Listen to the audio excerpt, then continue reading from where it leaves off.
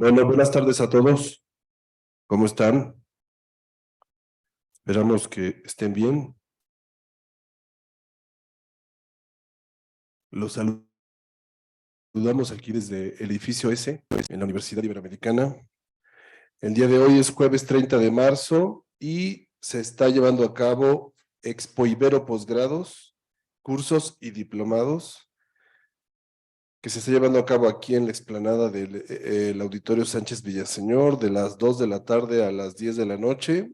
Y como parte de estas actividades, el Departamento de Comunicación, a través del área de posgrados del Departamento de Comunicación, que comprenden la maestría en comunicación y el doctorado en comunicación, vamos a llevar a cabo esta actividad, así que les agradecemos mucho a las personas que están en Zoom, a los que nos están viendo digitalmente, a nuestro emblemático alumno Alejandro Albarrán.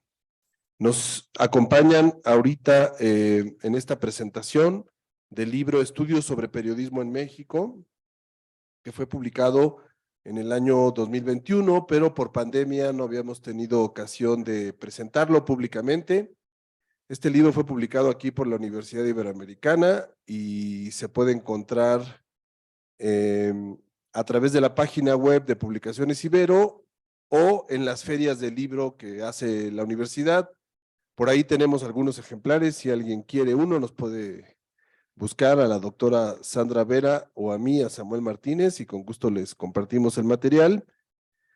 La actividad estamos programándola para que concluya a las 4 de la tarde, así que les agradecemos. Voy a presentar rápidamente, en primer lugar, la doctora Sandra Vera Zambrano, académica del Departamento de Comunicación. Muchas gracias, Sandra. El doctor Carlos Manuel Rodríguez Arechavaleta, actual coordinador del doctorado. Gracias, Carlos. Y bueno, a la distancia nos van a acompañar a algunas personas y tenemos unos materiales en video de los autores que colaboraron en este libro. Así que bueno, le vamos a ceder la palabra en primer lugar a la doctora Sandra para que ella nos empiece a platicar del libro. Así que adelante. Ahorita pongo la cámara.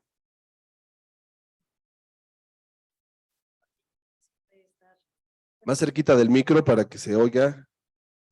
Este texto que tuvimos la oportunidad de coordinar Samuel y yo hace algunos años y que viene de una inquietud que teníamos cuando hacíamos un seminario del Departamento de Comunicación y que eh, nos interrogaba sobre las prácticas de los periodistas, pero que fuera desde una perspectiva que no fuera normativa, ¿no? Tanto al maestro Samuel como a mí nos llamaba mucho la atención. Nos llamaba mucho la atención esta, pues sí, esta consigna normativa que pesa sobre los estudios de periodismo siempre, ¿no? Su relación con la democracia, su relación con el deber ser. Y que a nosotros nos parecía que perdía mucho de la explicación de las prácticas y rutinas efectivas y las prácticas, y lo mismo que nosotros habíamos encontrado en trabajo de campo, ¿no? Que los periodistas, estando en entrevista, tienen que decir todo lo que saben que tienen que decir, pero una vez dicen, bueno, pero en off la verdad es que eso pues no pasa, o eso no se hace, o yo me siento muy mal porque no hago lo que tengo que hacer, o cosas así. Y entonces nos abocamos a la tarea de buscar personas en la República que trabajaran sobre estos temas, ¿no? Y que trabajaran, que se interesaran en el periodismo y en las periodistas, los periodistas, pero que no fuera desde una perspectiva eminentemente normativa. Y entonces buscamos, hicimos un call for papers, tuvimos una muy buena, ya se oye, tuvimos una muy buena respuesta y organizamos una sesión a partir de ello. Entonces estuvimos 2 días trabajando sobre estos temas y después hicimos una selección de papers y después, bueno, pues de ahí surge este libro, ¿no? Y que tenía también el objetivo de darle espacio a estudiantes de posgrado. Entonces hay dentro de los autores varios estudiantes que estaban en la maestría y o el doctorado, bueno, más bien, o el doctorado, y que ahora, bueno, pues ya que estaban en maestría, ahora están en doctorado, o ya integraron una vida profesional en diferentes espacios. Y entonces nos dimos a la tarea de buscar y de reflexionar sobre cómo estaban los estudios sobre el periodismo, y lo vuelvo a repetir otra vez, pero es que para nosotros, de verdad, fue un eje que marcó toda la lógica, que no estuvieran marcadas por la lógica periodística, por la lógica normativa, ¿no? Que es algo relativamente común en estos estudios y que nubla y que nubla la explicación sobre algunas fronteras, sobre algunas prácticas, sobre algunas crisis, porque, bueno, periodistas se sienten en un periodo crítico, el periodismo está a su vez en un periodo crítico, entendido como coacciones económicas, pero también transformaciones tecnológicas muy fuertes, cada vez más rápidas, cada vez más radicales, y entonces, pues, saber qué podíamos ver. Y con ello, hicimos una selección y que pasaba desde condiciones históricas que nos ayudan a comprender qué pasa con el periodismo hoy y con los periodistas hoy, cómo se formó el periodismo, bajo qué criterios, y tenemos este texto que explica cómo es que se forma la primera historia general del periodismo, pero que lo que podemos añadir que antes de 1920, y esto me parece muy interesante, es que es justamente en el periodo del final del siglo XIX y del principio del siglo XX que se generan los principios fundadores, ¿no? Entonces, todo esto que atrae a las y los periodistas en ese momento es exactamente lo mismo que continúa atrayéndolos hoy. Entonces, que cristaliza un equilibrio idealmente perfecto entre retribución simbólica, ganar dinero, ¿no? Como medios vistos como una empresa, como producto de la revolución industrial, y una retribución simbólica muy fuerte, que se reduce a tres cosas, ¿no? La primera es esta capacidad de estas personas de poder vivir mundos que no les corresponden, entonces hay una vida muy glamurosa, ¿no? Poder viajar, poder codearse con la gente más poderosa, poder conocer al otro, ¿no? Desde una perspectiva casi etnográfica, casi antropológica, pero pues además me pagan por ello, ¿no? Está muy bien. Que se lleva también esta idea de que los periodistas son intelectuales, ¿no? O sea, hay esta capacidad de reflexionar el mundo, de ser testigo de la historia y además interpretarla. Que eso puede ser dado a los profesores, pero los profesores no tienen el lado glamuroso. Entonces el periodismo condensa en ese momento una atracción muy grande porque permite ser lo que uno quiera hacer, ¿no? O sea, si yo tengo mis sueños en ir a dar la vuelta al mundo, Nelly Bly lo hizo muy bien, irme a encerrar a una casa de locos, Nelly Bly lo hizo muy bien también, puedo hacer lo que yo quiera hacer, ¿no? Puedo hacer la revolución. Y se piensa en ese momento que desde el periodismo se puede hacer la revolución. Y que además hay retribución económica, que puede ser muy buena. Y entonces es a partir de este periodo donde se empiezan a generar estos mitos fundadores y que si platicamos hoy todavía con aspirantes a periodismo, muchos ponen en exergue o inclusive de manera explícita de primera impresión que quieren ser periodistas para contar historias, para viajar, para ir a espectáculos, para conocer gente que otra mente no conocería, ¿no? Y el problema aquí es que justamente esos principios generadores pues se han visto trastocados por un contexto económico que ya no es para nada el mismo que aquel del final del siglo XIX y del principios del XX, ¿no? Entonces, todas esas esperanzas que había se fueron poco a poco diluyendo y, bueno, ahora nos encontramos con lo que vienen los textos posteriores al texto histórico, a cuestiones de precarización muy duras, cada vez más duras, y que son estudiadas aquí por la ahora doctora Ana Leticia Hernández Julián y por mí mismo, y son todas estas reflexiones que hay sobre pues la degradación de las condiciones de los laborales de las y los periodistas, que puede ser de maneras muy crudas, como la falta, que pueden ir, por supuesto, hasta la violencia física, el asesinato, pero que se pueden reflejar también en condiciones muy crudas, como la falta de contrato, la falta de seguridad social, o más aterciopeladas como la posibilidad de trabajar uno mismo como freelancer, dueño de su tiempo y de sus recursos, ¿no? Y que esto implica trabajar domingos, días festivos y pasarse por alto todas las prestaciones de ley, que generalmente son obligatorias, pero que cuando uno trabaja como freelance, pues no las obedece, ¿no? Entonces, encontramos cuestiones de precarización y de precariedad muy fuertes. Hay bastantes personas que las están estudiando. Hoy, en perspectiva, en 2023, hay mucho más trabajo sobre precarización y precariedad que en ese momento, pero bueno, porque también las condiciones de las y los periodistas se han degradado grandemente. Últimamente pasamos también por la pandemia, que tuvo unos efectos terribles sobre el trabajo periodístico, y otro tipo de trabajos como el de Alejandra López Beltrán, que es muy interesante y que nos explica cómo en Querétaro las y los periodistas, pues las rutinas de las y los periodistas dependen también grandemente de la gobernación del estado, ¿no? Entonces el gobernador puede organizar rifas, donde decide quiénes son los buenos y quiénes son los malos, quiénes están dentro, quiénes están afuera, en términos de acceso a fuentes, pero también en términos de ingresos económicos. Entonces en estas rifas puede haber regalos muy sustanciosos, pero para formar parte de los números rifables, pues hay que formar parte del núcleo del que el gobernador tiene confianza, ¿no? O los presidentes municipales. Y que se supone, o sea, se supone como que va anteriormente dicho que, bueno, pues el sueldo de un periodista, por supuesto, puede ser completado por regalos no declarados, ¿no? O sea, no solamente el chayote, como se conoce, sino también, pues bueno, un automóvil en una rifa, ¿no? Un automóvil de 400, 500 mil pesos, pues no acá nada mal. Que el periodista a su vez puede ser que venda, ¿no? Y que subsista en los meses en los que no tendrá sueldo.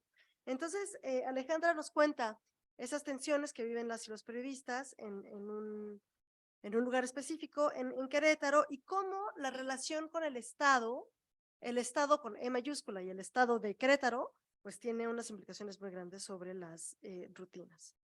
Después tenemos un capítulo sobre las dificultades que se han dado hacia la modernización de las y los periodistas, que es un trabajo que han llevado desde hace algún tiempo Martín Echeverría y Rubén González, y que lo llevan desde hace algunos años, y lo siguen llevando, y cómo estas presiones dificultan la modernización, ¿no? Y hacen efectos como el de la puerta giratoria, y tienen efectos como el de la desprofesionalización, paradójica con la modernización, y todas las dificultades que viven los periodistas que quieren hacer bien su trabajo, que tendrían idealmente todo para hacerlo, pero pues que algo pasa que no se puede, ¿no? Y algo pasa, puede ser que no tienen las condiciones, algo tan sencillo como eso. También tenemos un texto que nos habla sobre estos nuevas fronteras que tiene el periodismo, nuevas, estoy abusando de la palabra, pero digamos que esta acentuación sobre estas nuevas fronteras, que van hacia el giro más comercial del medio, entendido a su vez, como dijera Weber en 1905, de sus funciones tanto sociales como sus funciones empresariales, y que va girado hacia la perspectiva amarillista, ¿no? Que es la parte más comercial del periodismo, y entonces vamos a hacer amarillismo por vender. No queremos informar, no queremos contar historias, no queremos contribuir a la democracia, no queremos contribuir a nada que tenga que ver con una población cívica, informada, participativa. Nosotros queremos vender, y entonces existen estas lógicas y que se cristalizan particularmente en contradicciones tan grandes como la coexistencia de periódicos como El Gráfico y El Metro con Universal y Reforma, ¿no? Y entonces que a veces son los mismos periodistas que publican para ambos medios, en uno firman con su nombre porque sigue siendo legítimo, y en el otro firman la redacción, y que cambian palabras como pasar de ladrón a ratero, ¿no? Según la audiencia a la que va dirigido. Pero donde la lógica del primero entendiendo Reforma o el Universal, es informar, y la lógica del segundo es vender. Y entonces hay un ejercicio de traducción que es muy interesante para informar a unos y vender a otros, ¿no? También en estas fronteras que estamos viviendo de manera cada vez más vívidas es el paso al periodismo narrativo y a la delgadísima frontera que existe ya entre el periodismo y literatura, ¿no? Y cada vez más. Y entonces aquí tenemos también un texto que trata las crónicas como, como una herramienta literaria más que periodística. Y entonces está entendida a partir de Marc Augé y del no lugar, ¿no? Y de esta explicación del no lugar, y cómo puede ser entendida una crónica que es, o sea, cómo puede ser la no ficción crónica periodística entendida como una herramienta literaria y no periodística, ¿no? Y entonces ella está en el estudio de esta superfina división entre unos y otros, al punto en que no sabemos, ¿no? que no sabemos si es literatura que tiene fines periodísticos, y entonces si son los fines o las formas lo que determina un género de otro.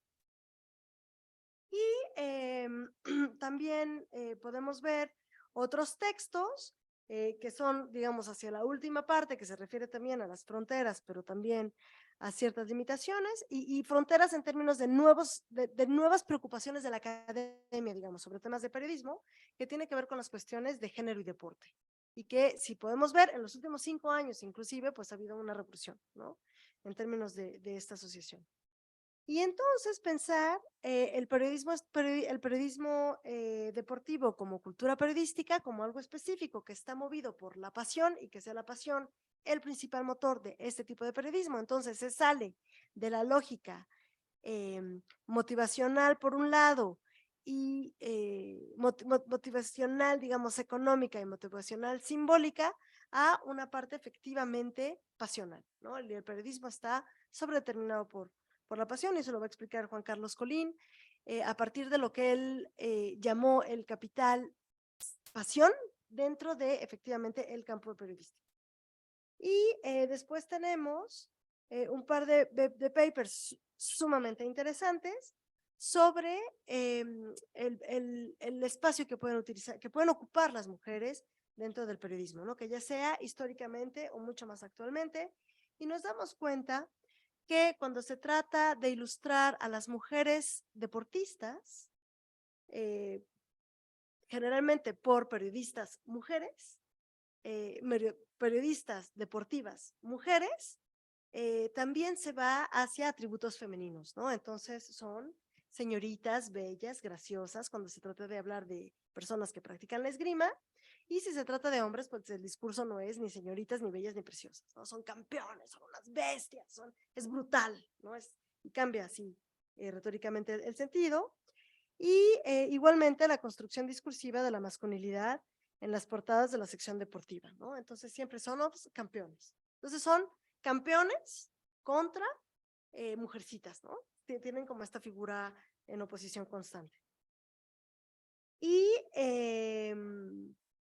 bueno, podemos ver que quien estudia periodismo y quien estudia periodistas, pues siempre se enfrenta a los cambios del campo, que el campo cambia muy rápido, y que al mismo tiempo hay constantes, ¿no? Estas son las mismas preocupaciones que tendría alguien al principio del siglo XX.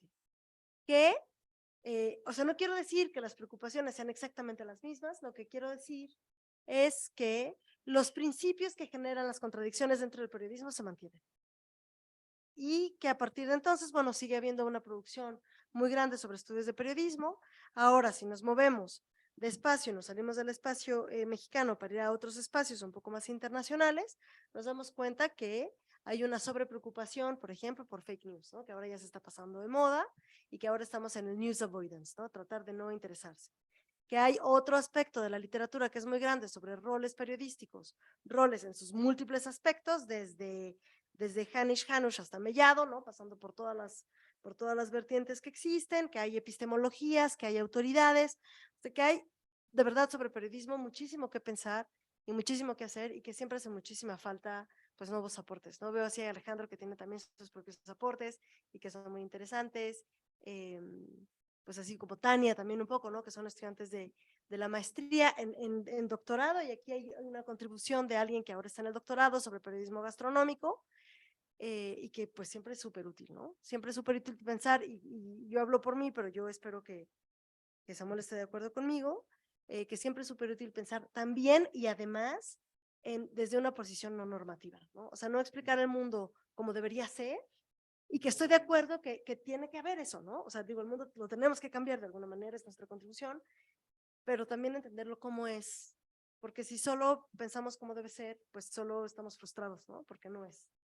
Entonces, no sé, Samuel, si tengas algo que... Sí, muchas gracias, Sandra. Este libro, justamente, como ya dijiste, surgió en la idea de discutir desde un ángulo, llamémosle, tú en la introducción decías, no exógeno, sino endógeno, un punto de vista, y básicamente pues podemos decir que es una visión pues interdisciplinaria, ¿no? porque no se recurre en la mayoría de los textos a las teorías tradicionales del periodismo, digamos, de los estudios académicos o del periodismo, sino más bien son aproximaciones desde diferentes disciplinas. Algunos de los colegas, por ejemplo, que participaron en el libro son de comunicación, otros son historiadores, hay gente del área de letras, ¿no? Como ya comentaste, de la literatura.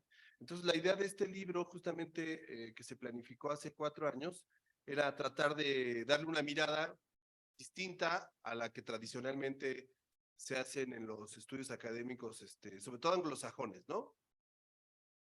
En relación a los estudios sobre periodismo. Y bueno, antes de sospechar la existencia de la pandemia y todo lo que iba a afectar, ya se intuía desde hace 4 años que hicimos ese seminario que dio pie al libro, pues que el cambio tecnológico estaba haciendo transformaciones muy, muy importantes en el ámbito del periodismo. Y pues, como tú has dicho, yo creo que efectivamente hay posturas en la investigación en ciencias sociales muy diferentes en cuanto a los enfoques. Sabemos que hay una gran diversidad de enfoques y perspectivas teóricas para abordar los fenómenos, pero sí se puede especificar que muchos de esos enfoques persiguen una línea normativa, es decir, son enfoques preocupados por un deber ser de la sociedad, enfoques que tratan de alguna manera desde la academia o desde el campo intelectual decirle a la sociedad cómo es que la sociedad debe de ser. Esto incluye las profesiones con el periodismo. Esos enfoques muchas veces se autodenominan o autoetiquetan como críticos. Los enfoques críticos hacen una crítica de lo que no les gusta o de lo que consideran negativo o ausente, pensando que algún día se dé la sociedad en términos positivos de lo que anhelan, desearían o creen que debe ser, ¿no? Ahí hay muchas perspectivas, el marxismo es una de ellas, pero hay muchas otras ahí normativas, y esa preocupación que compartíamos cuando pensamos en el libro era justamente eso, tratar de hacer más bien o convocar a proyectos o a colegas que estuvieran haciendo investigaciones sin una mirada normativa y que tuvieran una preocupación más bien por saber qué está pasando, ¿no? En estos momentos o en este periodo últimamente. Y yo creo que ahí yo me colocaría de ese lado, más bien con un interés más bien interdisciplinario sobre este campo y especialmente más desde el campo general de la sociología, ¿no?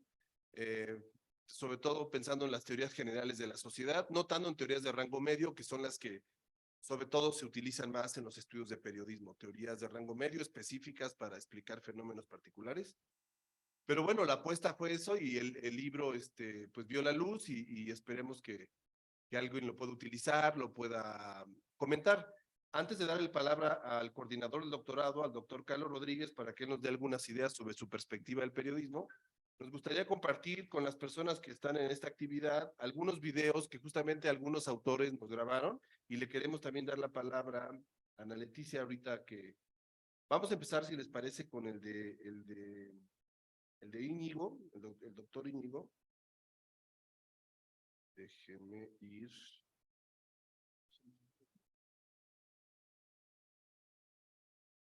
¿Dónde quedaron? Ah, aquí está.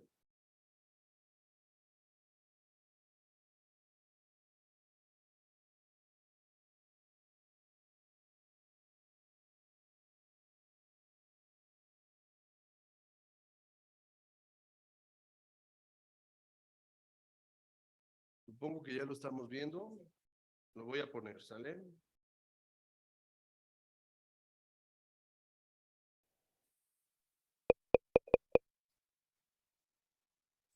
El artículo Consideraciones sobre las circunstancias que permitieron a Henry Lepidus escribir la primera historia general del periodismo en México es un ejercicio de recopilación de testimonios, una recopilación documental de testimonios que dejaron por escrito algunos de los profesores norteamericanos que vinieron a México en los años 20 a tomar una serie de clases que se conocieron como cursos de verano de la Universidad Nacional de México. Y el texto tiene distintos momentos. Hay un primer momento donde hablo de el interés académico que despertó México en Estados Unidos, de cómo en Estados Unidos se hace el esfuerzo por becar a estudiantes mexicanos para que vayan ahí. Hay en menor cantidad, pero también hay estudiantes norteamericanos que vienen a México, y esto se da fundamentalmente durante el Porfiriato. Claro está que con el estallido de la Revolución Mexicana, este proyecto queda trunco y va a ser retomado, este es un segundo momento del texto, en los años 20, bajo la presidencia del general Álvaro Obregón. Obregón tenía un problema muy grave con Estados Unidos, y es que no era reconocido por este país como presidente legítimo de México, lo que podía conllevar una potencial invasión del país. Entonces, Obregón trabajó mucho para obtener este reconocimiento, recurrió a muchos recursos, y uno de ellos fue, que entraría en el campo pues, de las habilidades blandas, el tema de la cultura y del intercambio con Estados Unidos. Entonces, a instancias de José Vasconcelos, su secretario de Educación Pública, eh, se, la Universidad Nacional de México creó los cursos de verano para que docentes y estudiantes norteamericanos vinieran a México y que durante 1, 2 meses pues tomaran clases aquí de lengua, de historia, de literatura, de arquitectura, que fueran a lugares turísticos, ¿no? Como por ejemplo sitios arqueológicos, el Chapultepec, en fin, cuestiones así, y que también tuvieron la oportunidad de vivir la experiencia mexicana, ¿no? O sea, qué era, qué implicaba tratar a la gente, qué implicaba comer eh, la comida mexicana, ¿no? Ese tipo de cuestiones. Y el tercer momento del artículo habla de cuán gratificante fue todo esto para ellos, ¿no? Cuando estas personas, sobre todo los docentes, regresan a Estados Unidos, empiezan a escribir en muchas revistas eh, con temática docente sobre su experiencia en México y lo gratificante que fue, y lo mucho que aprendieron, y lo interesante que es la cultura mexicana, y un poco también, bueno, cómo los retos que representó vivir en México, conseguir una casa, convivir con la gente en esa casa, la comida, y es una perspectiva realmente positiva de todo esto. Digo, al final de cuentas, no ayudó mucho a que Álvaro Obregón obtuviera el reconocimiento, que tuvo que hacer por otros medios, pero sí acerca a los países. Esa es una cuestión relevante. Sí permite que México y Estados Unidos se acerquen, y también fue el caldo de cultivo para que muchos estudiantes norteamericanos decidieran, a raíz de esta experiencia, hacer sus tesis de licenciatura sobre México. Y este fue el caso de Henry Lepidus, un estudiante de periodismo norteamericano que a raíz de su estancia en México decidió hacer la primera historia general del periodismo en México. Un texto que cumple este año 35 años, falta poco para el centenario, y que aunque ya ha quedado rebasado por cuestiones temporales, es decir, por estos casi 100 años de distancia, y también por ciertas imprecisiones, es un texto fundamental para entender el periodismo en México, ¿no? El texto se publicó en Estados Unidos en 1928 y aquí se publicó traducido en 1929, un año apenas de diferencia. Y ya desde entonces se convirtió en una fuente de consulta para todos los conocedores o todos los que querían conocer sobre este tema. Y es más, yo diría que ha sido uno de los trabajos, si no es que el más en su materia, citado dentro del campo. Pues bueno, espero que tengan la oportunidad de leer el texto y que lo disfruten. Muchas gracias. Muy bien, este fue el video que nos proporcionó el doctor Íñigo. Quizá podamos darle la palabra ahorita que ya veo que está Julieta. Primero a Leticia, si quiere tomar unos minutitos, si quiere hacer un comentario sobre su texto. Leticia, si puedes. ¿Sí nos escuchas, Leticia? Sí, ¿me escuchan? Sí, ahí te escuchamos. Adelante. Bueno, primero que nada, buenas tardes a todos. Agradecer el espacio y también, pues, que se vuelva a retomar este libro que si bien ya se publicó hace un poquito de tiempo, bueno, el año pasado, pues, ver la relevancia que tiene el estudio del periodismo en sí y en lo que respecta a, pues, al texto que escribí en coautoría con la doctora Sandra, titulado Trabajar más para ganar menos, reflexiones sobre la precarización de los periodistas digitales en la Ciudad de México, pues es uno de los primeros acercamientos para poder adentrarnos en este tema de la precarización. Un proceso que, si bien parece inherente al periodismo y que se naturaliza incluso desde el ámbito universitario, pues pocas veces nos detenemos a visualizarlo, pero desde el sentido académico. Es decir, los periodistas están en constante trabajo precarizado, están viviendo, experimentando esta precarización día con día, y cuando se hace una investigación en torno a este fenómeno, pues resulta bastante interesante, por un lado, tratar de ubicar los orígenes de esta precarización, tratar de buscar los orígenes del propio concepto y darnos cuenta que es una problemática que no solo está en México, que está en prácticamente todo el mundo, con sus diferencias contextuales y regionales. Y en el caso mexicano, pues notar que la precarización parece profundizarse aún más en el ámbito digital. Un ámbito digital que muchas veces se vio como el parteaguas, como algo que iba a servir para democratizar el periodismo, y que en realidad ha traído en la parte negativa, pues una precarización mucho más latente de los trabajadores en medios. Entonces, cuando la doctora Sandra y yo hicimos esta primera aproximación, pues buscábamos un poquito ver si no andábamos perdidas al preguntarnos, pues analizar la precarización, y creo que sirvió este texto para darnos cuenta de que estábamos en buen camino y que es muy importante analizar fenómenos como este y como otros que están en el libro, porque están tan naturalizados, como bien mencionaba, en el periodismo, que muchas veces los pasamos por alto. Entonces me parece muy valioso todo lo que se hace en este libro de recopilar aproximaciones como las de la doctora Sandra y la mía, y con muchas aristas acerca del trabajo periodístico en sí. Muchísimas gracias. Gracias, Ana Leticia. Saludos. Saludos. Ahora no sé si esté Julieta disponible y quiera compartirnos algunas ideas. Julieta, ¿estás?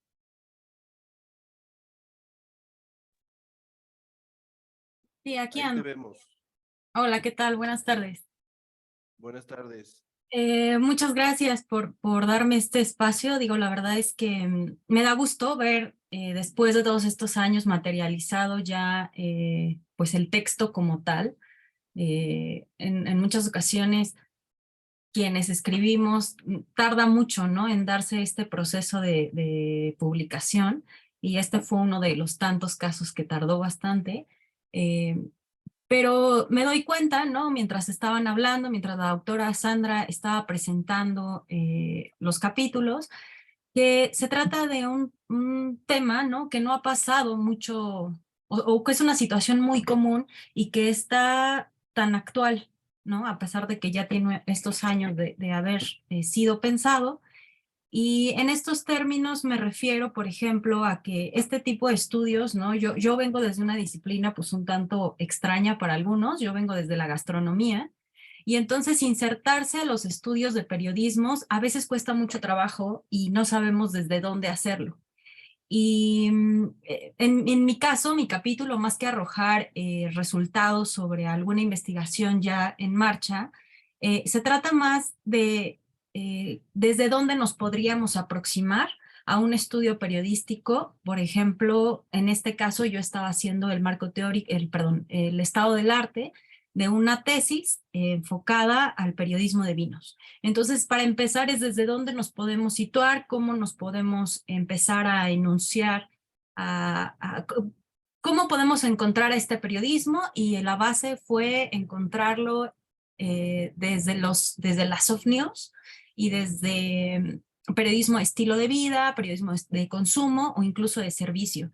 Entonces, para empezar fue enfocarlo ahí y hacer una profundización a partir desde estas diversas perspectivas que que van tratando a este tipo de estudios y no tanto como tal al periodismo de vinos. Entonces, yo solamente lo dejo como una pequeña invitación, ¿no? A explorar el texto en el mero sentido de un acercamiento a periodismos o al estudio de periodismos o de estas líneas de periodismo que no son tan comunes, pero que siempre hay maneras de aproximarse y de acercarse a ellas. Entonces lo sigo viendo el día de hoy. Yo estoy ahora estudiando como tal a periodistas gastronómicos, ya desde una mirada un poco enfocada ya a la construcción social del gusto de este tipo de estos autores, pero pues eso, que este sea un espacio y que estos esfuerzos sigan existiendo por construir,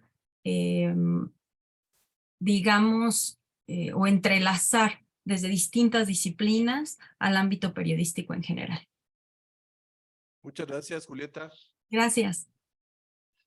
Sí, además tu texto es muy innovador, hay que decirlo. Muy bien, pues si les parece, podemos alcanzar a escuchar, a ver un par de materiales más. A ver, vamos a ver el video de Eduardo Portas.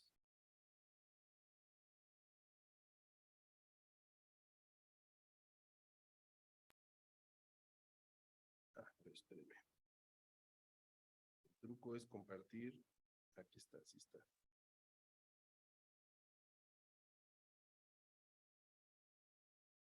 Buenas tardes, estamos a la distancia vía digital con el doctor Eduardo Portas Ruiz, que él es profesor de asignatura del Departamento de Comunicación, es egresado de la carrera de Comunicación, es doctor en Comunicación y Mercadotecnia, y él fue uno de los colaboradores, de uno de los invitados para participar en este libro colectivo sobre estudios del periodismo en México.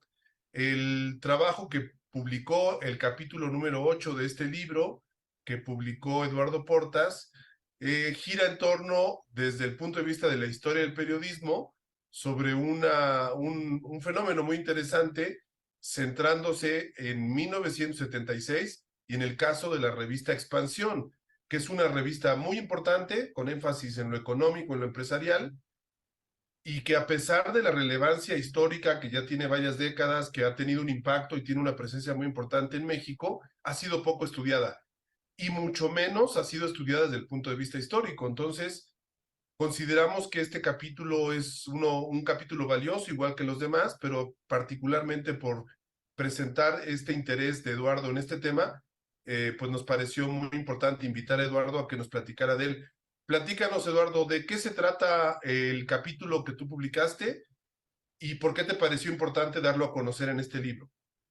Sí, bueno, muchísimas gracias, Sam, y también muchísimas gracias a la doctora Vera por la invitación a este libro. Realmente es un excelente libro para cualquier persona que esté estudiando el periodismo en México o incluso para las personas que no son académicas. Lo recomiendo muchísimo porque trae una cantidad de reflexiones, textos analíticos, textos investigativos que valen mucho la pena simplemente para conocer las distintas áreas del periodismo y la historia del periodismo en nuestro país. Entonces, realmente lo recomiendo mucho, mucho, mucho. Dicho eso, mi texto básicamente se centró, como tú bien acabas de decir, en la historia de esta revista que decías hace un segundo. Y como decía, la revista Expansión, como bien comentaba Samuel, pues es una revista sumamente importante y desde el año 1969 en que se fundó ha adquirido pues muchísima importancia, cada vez más como un brazo del empresariado básicamente. Entonces me interesó este tema, como tú bien acabas de decir, porque hay muy poquita investigación al respecto en México de la prensa financiera y además porque el momento en que salió esa revista se combinó con un fenómeno muy interesante que es básicamente el fin del milagro mexicano en cuestión económica, que fue parte de los 60 y un poquito de los 70. Entonces, justo ahí sale esta revista y las páginas, lo que me encontré fue que en las páginas de la revista se hicieron toda una serie de críticas muy fuertes al gobierno de esa época, justamente por la devaluación del peso frente al dólar, que en un momento casi se devaluó el 100% de lo que estaba en ese momento, de 12.50 a casi 24 pesos. Entonces fue un golpe muy fuerte para la economía de los mexicanos, aunque antes, hay que decirlo, ya había habido otras devaluaciones, ya lo había habido, pero ninguna había sido tan abrupta hasta ese momento como lo que vio la población pues justo ahí, a mediados de los 70. Entonces, yo lo que hice fue buscar en textos, reportajes, noticias, editoriales, cartas incluso que se enviaron a la revista entre enero de 1976 y diciembre de ese mismo año para ver qué se había dicho a lo largo del periodo predevaluatorio y el periodo postdevaluatorio, que pues básicamente lo más fuerte fue en el verano de ese año, y hacia septiembre, octubre ya se empezó un poco a regularizar. Y ya hacia diciembre, digamos que había pasado lo peor de esa devaluación y el dólar ya estaba pues en 22 pesos más, había empezado en 12 y tantos y terminó en más de 22. Entonces, una devaluación pues sumamente drástica. Para aquellas personas que no son especialistas en el tema, hay que saber que una devaluación es distinta a lo que vemos hoy día, que es una depreciación. Entonces, hasta 1994, si no me equivoco, el gobierno controlaba hasta dónde podía subir el dólar a través de bandas que se llamaban bandas de cuántos pesos vale un dólar, y el resto lo ponía, digamos, el gobierno de manera artificial para que tú cuando fueras a comprar tus dólares no sobrepasara tal precio. Entonces, esa banda, digamos que se rompía en las devaluaciones cuando el gobierno decía, no puedo ya pagar tanto, no puedo, entonces vamos a devaluar la moneda y vamos a operar dentro de otra banda. Y entonces todo el mundo, de nuevo, se sube, o sea, digamos que se sube el nivel de lo que paga la gente por dólar, y así iba, subía. Entonces, eso es muy distinto al día de hoy. Hoy el dólar funciona, opera libremente, y lo que tenemos son depreciaciones versus devaluaciones, como la de 1976, principalmente originada por malas decisiones, por la deuda externa que se había generado antes de esa gran devaluación de 1976. Entonces, el interés realmente es por estudiar algo distinto, por investigar un tema que se ha investigado muy poco, y también por un interés personal, porque yo trabajé en el grupo Expansión, que pues bueno, es hasta el día de hoy dueña de esa revista, y que ha cambiado de manos varias veces, sigue siendo como la revista, la joya de la corona, pues de este grupo muy importante de medios en México. Entonces, como decía, la crisis básicamente se genera durante el sexenio de Luis Echeverría, y es a López Portillo quien le toca, digamos, el coletazo de diciembre y recuperar la confianza del empresariado, que había estado muy afectada a lo largo de todo el sexenio de Luis Echeverría, y ya, digamos, lo peor de ese trayecto de crisis le corresponde a López Portillo, un poco para cambiar el tono, el discurso del gobierno con respecto al empresariado. Entonces, hay muchas versiones de esta crisis, que sí fue provocada por la fuga de capitales, que sí se dieron, digamos, avisos de que se iban a devaluar, entonces la gente que se enteró sacó su dinero antes, las malas decisiones del gobierno, sea como sea, la cosa es que hubo una devaluación muy fuerte, y eso quedó registrado justamente en esta revista muy importante que es Expansión, en los meses previos a esto, en el 76, en los primeros meses, hasta el final de ese año. Y ahí queda completamente documentado que en efecto había una prensa muy crítica, que tal vez no era muy conocida, porque esto lo leía un sector muy pequeño del empresariado, que si bien tenían mucho poder, no eran muy reconocidos por hacer mucho activismo político. Entonces, a mí me parece un tema sumamente relevante de investigar, y bueno, ahí quedó documentado. Ahora, también tengo que destacar algo relevante aquí, y es que estos documentos los obtuve de la hemeroteca de la Universidad Iberoamericana. Mi primer instinto fue ir directamente a la revista Expansión y tratar de documentar ahí lo que estaba tratando de investigar, porque supuse que tenían, digamos, un gran catálogo ahí de revistas desde su inicio, y pues no, sucede que no te las prestan porque tienen un ejemplar, y entonces es muy delicado que le anden prestando a todo el mundo estos ejemplares, y básicamente me dijeron que no podía ir a la revista en sí, y que su archivo pues estaba muy complicado de acceder, en pocas palabras. Entonces lo que tuve que hacer es, en la propia Ibero, que tiene un catálogo gigantesco en la hemeroteca de revistas que uno no esperaría encontrar, y tanto tiempo atrás, todo lo saqué de ahí. Entonces, un poco también la invitación para todas las personas que están escuchando estas palabras es que visiten la hemeroteca del Ibero, porque se van a encontrar materiales sumamente interesantes. Entonces, eso lo quería comentar, y también quería comentar que un poco el enfoque alrededor del tema es que la revista es más allá de la información en sí.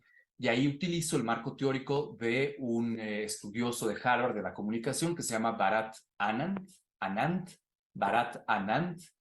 que publicó una teoría muy interesante que se llama la teoría de las conexiones. Y básicamente lo que dice este académico de Harvard es que un medio es más que su propia información, en el sentido que hay muchos elementos que conectan con ese medio más allá de lo que estamos leyendo. Es decir, en una revista como Expansión, mi hipótesis del texto es que los anuncios, las cartas, aquello que tiene que ver con la parte, digamos, la parte, podemos llamarlo como que es metatextual, es más allá de lo que estamos leyendo, más allá de lo inmediato, es como un foco de reunión de la clase económicamente, digamos, más fuerte en México, el empresariado, y accede a esa revista no solo por la información en sí, sino por los anuncios que hay en esa revista, que si ustedes lo checan en esa revista eran anuncios y anuncios, anuncios en estos años, de elementos sumamente lujosos, coñacs, viajes, salas, autos, inversiones extranjeras. O sea, es un foco de reunión más allá de la información en sí. La propia publicidad de la revista indica que hay elementos conectivos más allá de lo que estamos comunicando como periodistas. Entonces, eso me pareció sumamente interesante y hago un conteo de cuáles son los productos que se anuncian con mayor regularidad.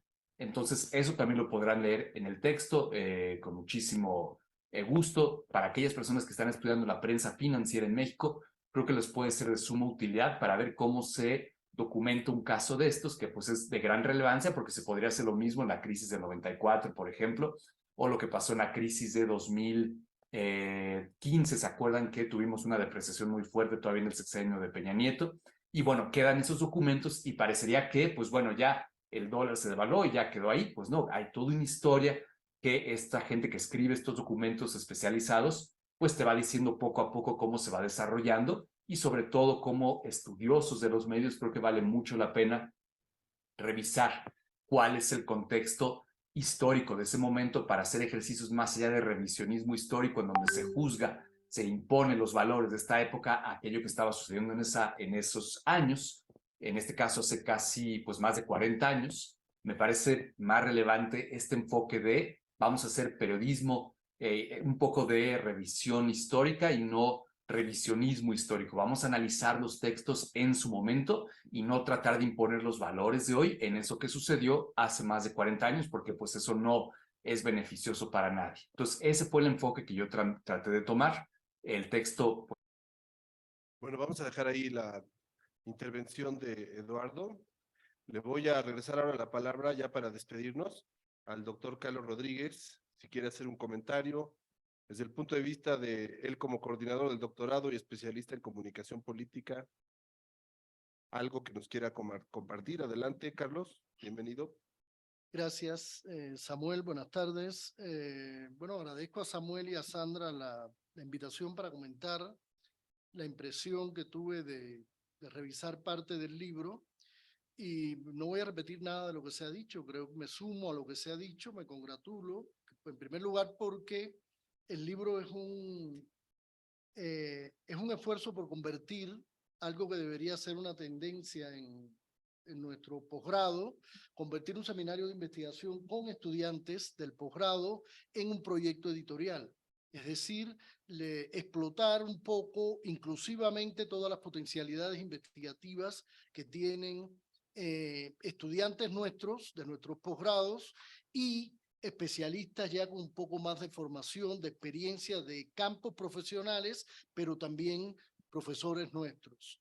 En este sentido, ese es el primer gran acierto que yo le veo al libro, y me da un gusto inmenso ver todo este abanico de perspectivas abordadas por estudiantes que en algún otro momento han sido estudiantes nuestros en maestría o en doctorado, y que ahora ya nos encontramos que llevan años especializándose tanto en la tesis de maestría como doctorado en una temática específica que les permite ya publicar con cierta autoridad conceptual, analítica, metodológica sobre la especificidad de ese tema. Eso me parece un acierto inmenso. Lo segundo que me llama la atención es la especificidad, como había comentado Sandra, del abordaje. Es decir, yo creo que la novedad del libro es apartarse un poco de esa sobresaturación que hay en los estudios de comunicación política en general y de periodismo, de analizar la racionalidad de los actores desde una perspectiva predeterminada, normativa, siempre como coadyuvante a un enunciativamente a la democracia. Es decir, los actores políticos deben ser transparentes, deben informar, los medios deben vigilar el poder, deben transparentar, y ahí es donde está la potencialidad de la deliberación y del empoderamiento cívico. Los ciudadanos se definen por el activismo y la predisposición a la deliberación. Y eso es lo que los dota de capacidad de agencia. Sintéticamente, ese es el enfoque normativo. El libro busca una perspectiva muy original, más cercana a una especie de etnometodología, de antropología, de la producción de la noticia periodística, es decir, de la producción de noticias, y a partir de analizar las condiciones, la propia situación social del periodista y del entorno. Es decir, sin llegar a una perspectiva determinista de decir cómo un factor exógeno externo está modificando, está cambiando la dinámica de la profesión periodística, ya sea el factor tecnológico, digital, o sea una crisis económica, una crisis de corrupción, una crisis política, etc. Más bien hay una flexibilidad en el enfoque que a mí me parece sumamente interesante y muy lograda en esta propuesta bibliográfica. Casi todos los puntos que aborda cada uno de los capítulos, desde el periodismo histórico en México, las raíces del periodismo histórico, la precarización de las condiciones,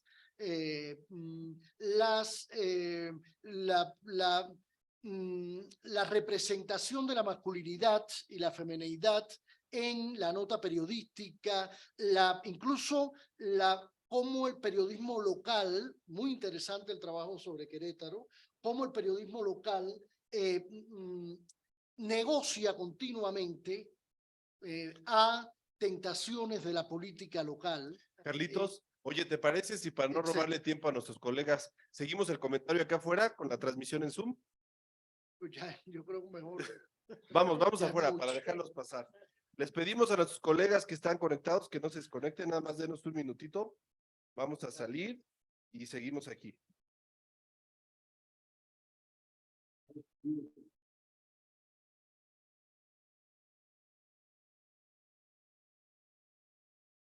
Hay que ser magia, Carlitos. Sí, lo que pasa es que nos retrasamos por el tema este de la cámara. Pero aquí afuera tenemos 2 videos de 2 minutos. Seguimos. No pasa nada. Nosotros fuimos los que nos retrasamos. Adelante.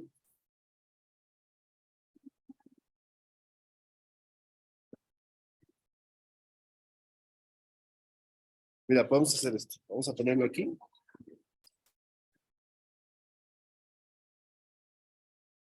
¿Quieres terminar con algo más? ¿Quieres decir? Ahorita voy a poner los 2 videos, 2 comentarios más. No, bueno, sencillamente eso que comentábamos, la flexibilidad de los enfoques y la diversidad de temas me parece también otro acierto grande de la propuesta. Y bueno, no me queda más que leerme el libro, insto, me gustaría que se usara como un material muy activo de crítica en los posgrados y pues nada, agradecer la invitación y felicitar a los editores y autores. Y que vengan los que siguen, ¿no? Sí. Vamos a compartir nada más un par de materiales.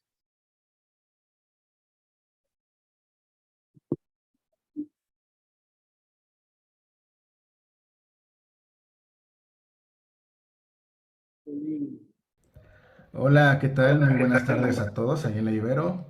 Un saludo en especial para los doctores, allá Samuel, Sandra, Carlos, Eduardo.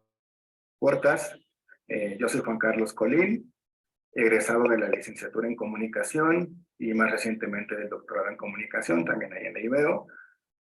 Muchas felicidades por este libro en periodismo y un agradecimiento por haberme invitado a participar.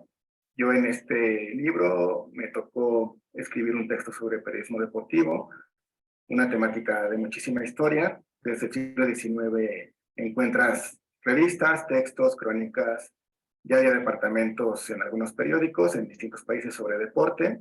Paradójicamente, su presencia en la literatura académica es mucho más reciente, ¿no? Que es uno de los desafíos a los que nos enfrentamos quienes investigamos sobre temáticas especializadas de periodismo, porque el periodismo pues inició teorizándose como un fenómeno político, ¿no? Entonces, cuando estudias otras temáticas, pues tienes que darle un giro a distintos conceptos clásicos.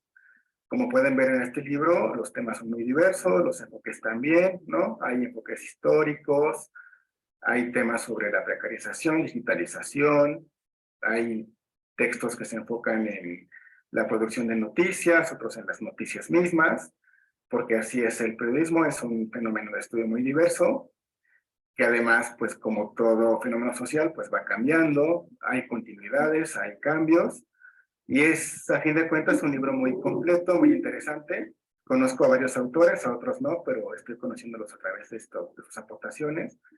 Así que espero que este libro sea de su agrado, que lean todos los capítulos y felicidades. También, pues, extiendo la invitación para que se metan a la maestría en comunicación o al doctorado, ¿no? La Ibero es pionera a nivel latinoamericano en comunicación, así que considérenlo y les mando un saludo, muchas gracias y hasta pronto. Muchas gracias. Y finalmente vamos a escuchar el mensaje que nos compartió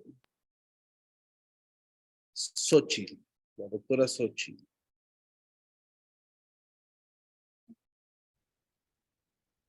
Muy buenas tardes. Muchas gracias por haberme invitado. Agradezco el poder participar en este evento, en esta presentación de un libro en el que trabajamos mucho. Fue un placer trabajar con el doctor Samuel Martínez López, la doctora Sandra Vera Zambrano de la Universidad Iberoamericana, en este proyecto tan interesante para rescatar estudios sobre el periodismo que casi no se hacen en nuestro país sobre nuestro periodismo y que realmente hacen mucha falta.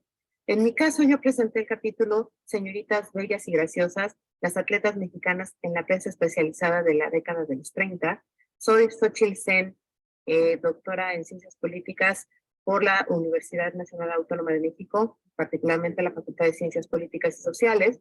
Y este capítulo que presenté fue parte de la investigación que realicé para mi tesis de doctorado, precisamente en un trabajo que rescata cómo es la construcción que hacen los medios de comunicación, particularmente la prensa especializada en deportes, de la imagen de nuestras deportistas mexicanas.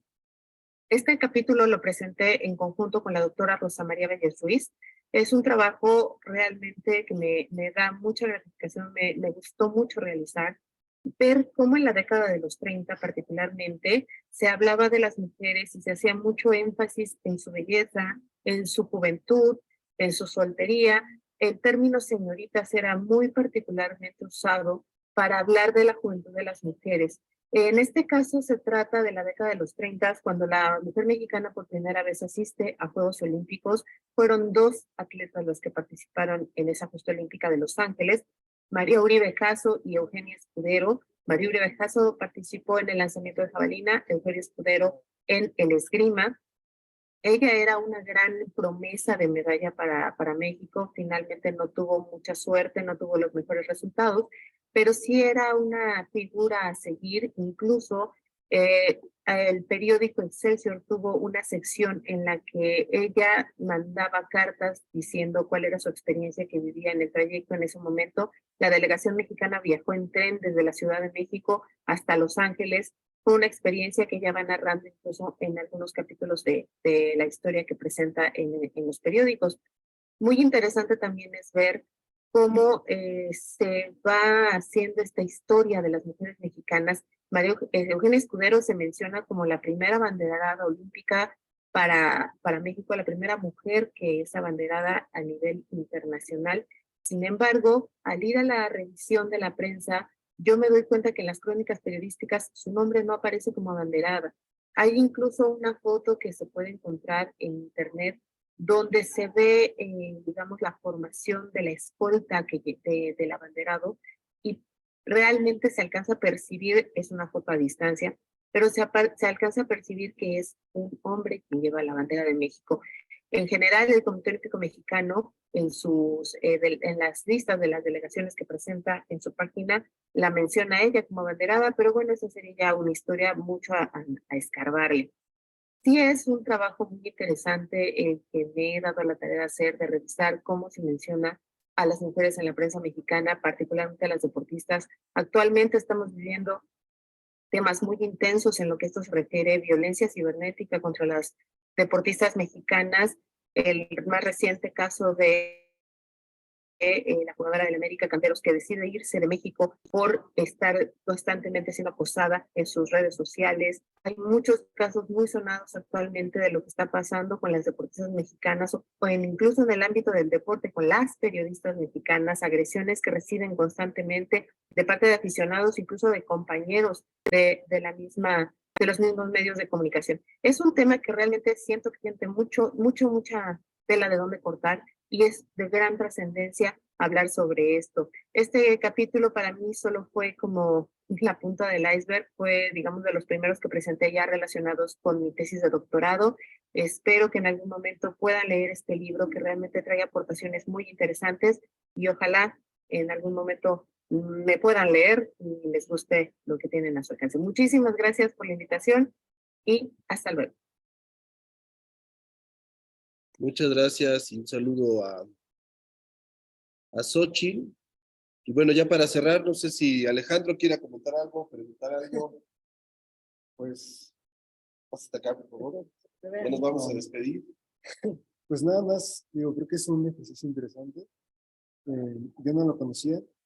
Está físicamente. Justamente se estaba preguntando de qué año eres, publicó en 2020, 2020. Hubo un error en el ISBN, se pidió desde el 2020, pero realmente nos lo dieron hasta 2021 el libro. Se pasamos por pandemia. Estaba cerrada la la universidad, se retrasó todo. Bueno, pero creo que para nosotros los que estamos ahorita en la maestría y los que están en el doctorado, es una buena lectura. En mi caso, pues creo que eso me sirve para ver abordajes posibles para mi tesis. Digo, no lo he leído, pero tendrá que revisarlo. Lo que sí me parece muy relevante de lo que comentaba la doctora Sandra, es esa parte de la normativa, ¿no? O sea, porque justamente es como de los problemas que yo a veces siento que hay en los estudios, tanto de democracia, y también lo hemos explicado con el doctor Carlos en su clase, pues vincular la democracia con el periodismo a veces trae muchos problemas, ¿no? Porque no es perfecto. Y claro, en la visión también micro, cuando analizamos a los periodistas, pues no se puede equiparar digamos, la misión que tienen ellos hacia la democracia, ¿no? No son evaluables al mismo nivel que podrían ser los líderes políticos. Y analizar las prácticas y las fronteras, como dice el libro, porque es relevante. Pues ya, felicidades. Muchas gracias. Bueno, pues con esto cerramos esta actividad. Les enviamos un saludo. Carlos, muchas gracias. Gracias. Les haremos llegar sus debidas Muchas constancias gracias. a quienes colaboraron el día de hoy. Y bueno, les enviamos un saludo. Muchas gracias. Hasta luego. Gracias, hasta luego. Chao, Alejandra. Un